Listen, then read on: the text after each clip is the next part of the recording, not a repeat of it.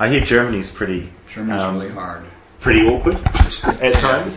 Yeah, well, I mean, I'm part German. My mom was born in Germany, so you would think that there would be some kind of, respect for your heritage, And we go there, and the magazines there, man, if you're not playing super heavy, super fast stuff, and the magazines there just really aren't interested in that. Although there are tons of bands that are there that play music that is, I think, ridiculous kind of music. It's kind of like tongue-in-cheek kind of humor metal, and yes. I don't find that entertaining at all. I mean, if you're going to do this for a living and you're good at it, I mean, we've already got a Frank. Well, we don't have Frank anymore, but like your Rammsteins and that sort of thing. No. That's different. That's a totally different type of music, so I don't even know anything about them. I'm talking about Weird Al Yankovic and stuff like that. Oh, right, yeah. People do stuff with the music and it's all about humor. Well, I mean, our music isn't funny. It's not funny, haha. It's there's a lot of irony in it because of what's going on in the world. But as far as me going out there to be an entertainer and smash watermelons like Gallagher and stuff like that, I'm never going to do that. I love to play guitar. It's what I'm good at, and I like doing it. Yeah.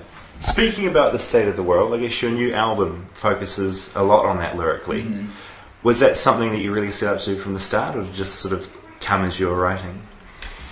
I've really paid attention over my life with the things that I've seen, people I've spoken with, course of events that have taken place in our world, and I've watched stuff happen.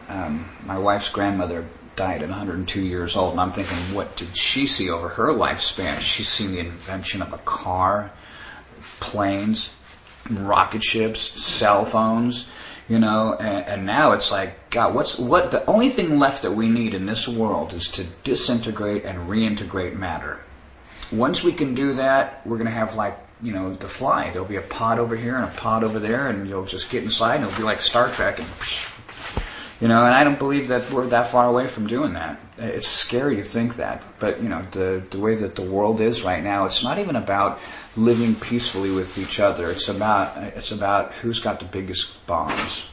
And that's really sad, especially right now what's happening in my country. Being an American, I love my country, but I'm also an international musician. So, I would go places. Yesterday I was looking at a store for some T-shirts, and it was saying a bunch of bad stuff about America and a bunch of bad stuff about Bush. And it's like, I can agree with the bad stuff about the former administration, but until you've been to America, judging us as Americans based off of what our government is like, that's not fair. Because completely. Yeah. So I try and be as unbiased as possible with our politics and the stuff that we talk about, and try and keep it more about what you, as Joe Everyman, is going to experience. Because a lot of what we see here about America has been through what's seen on the news about Bush and everything. So that's what a lot of people tend to think.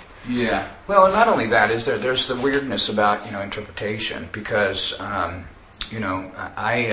when Obama became president, there were a lot of people that were really happy.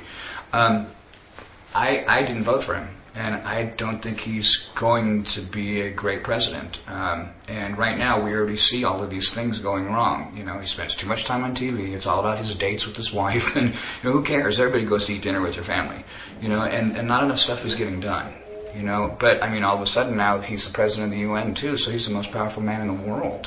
Yeah. I mean, think about that. There's all this prediction and faith and stuff about there being one world government, one world currency, stuff like that. Well, the Amero, the Euro, all those different types of money, they're narrowing it down to just a few different currencies. Look at all the money. Look at what's happened in Europe with all of the face of all of those countries just losing itself. Yeah, it is. No, I know what you mean. It's pretty scary to watch. Yeah. I mean, just hearing you talk about this stuff, a lot of people think, hey, Megadeth, it's a heavy metal band. They haven't got anything to say about what's going on in the world. You know what I mean? There's that attitude. They're just playing heavy music. Yeah. I mean, what do you say to those sort of people? Well, they obviously haven't heard my music, and I think it's really safe to make generalized statements, to say heavy metal in general is boorish and that the lyrics are inane. But for me, I look at it like this: You know, if that's all you got to work with, you know, how can you be really eloquent with your words? Most guys in heavy metal, they're salt of the earth. You know, we are like people who don't generally mix with the rest of society, and we found something that works. Now, me, I'm pretty verbose. I've been to the White House. I covered the Democratic National Convention. I've met the president. You know, I've done a lot of things. I got a bill passed into law in the United States, so I'm kind of an anomaly. Yeah, no, I think you are. What was the bill? The motor voter bill. Right. Well, what does that entail? Sorry, well, what happens is that in the United States of America, you need to be registered in order to vote. And it was such an inconvenience to find a polling place in order to get registered prior to voting at the polling places made it even more difficult. So what we did was we figured, okay, what's the easiest way to do this? Rock the Vote was involved in it, MTV was involved in it, and I got involved with a couple other celebrities. And we got there's a provision on the driver's license forms that says, do you want to register to vote? Right. All you got to do is just go, and you're registered. How simple is that? And that to me is the American way. Doing something that really simplifies people's life without charging them a lot of money for it. You know what I mean? Yeah. This was so free. It was just a bunch of celebrities giving freely of their time. And now we've convenienced the country.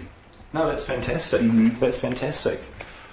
Just going back to your music for a second, what do you put the longevity of Megadeth down to? Me. You, Megadeth, yeah. I don't know. I think that a lot of it is just, you know, relationships. You know, you've got to treat people right, and you see the same people on the way up as you do on the way down, and on the way back up again, and the way back down again. Because you know, I've had my ups and downs of my career with my previous band and with this band, and then the arm injury ruining my ability to play for so many years, and going through all that rehabilitation and then getting the band back together. So this is almost like my fourth time around the block. I think it's the third time. Yeah, third time around the block. So.